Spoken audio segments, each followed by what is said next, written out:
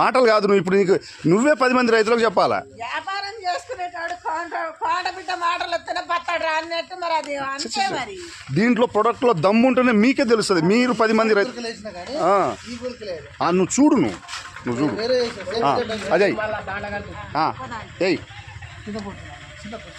Packet ఒకటి అది పలసగేసి ఒక్కనే కాకుండా తిప్పు.